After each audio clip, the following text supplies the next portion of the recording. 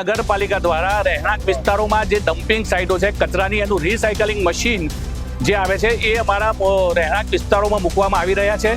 જ્યાં રહેણાંક વિસ્તારોમાં મુસ્લિમ સમાજના લોકો રહે છે, દરબાર સમાજના લોકો રહે છે, ભીલ સમાજના લોકો રહે છે.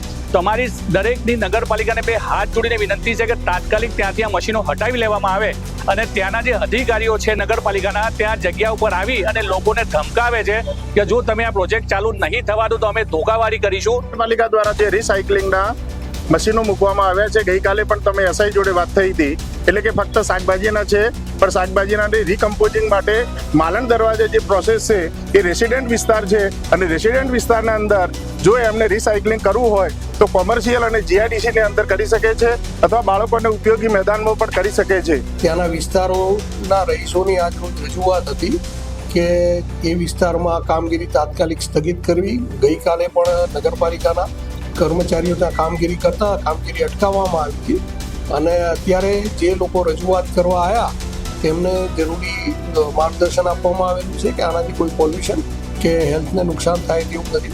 સરકારની સૂચનાઓ મુજબ અને નગરપાલિકાના જનરલ બોર્ડમાં થયેલ ઠરાવ અન્વયે નગરપાલિકાની જગ્યામાં કામગીરી કરવામાં આવી રહી છે. તેથી કોઈની હેલ્થને નુકસાન થતું હોય એવી કોઈ જ બાબત આની ઉપર છે. અમારી તમામ માહિતીથી અપડેટ રહેવા માટે જોડાયેલા રહો S9 ન્યૂઝ સાથે.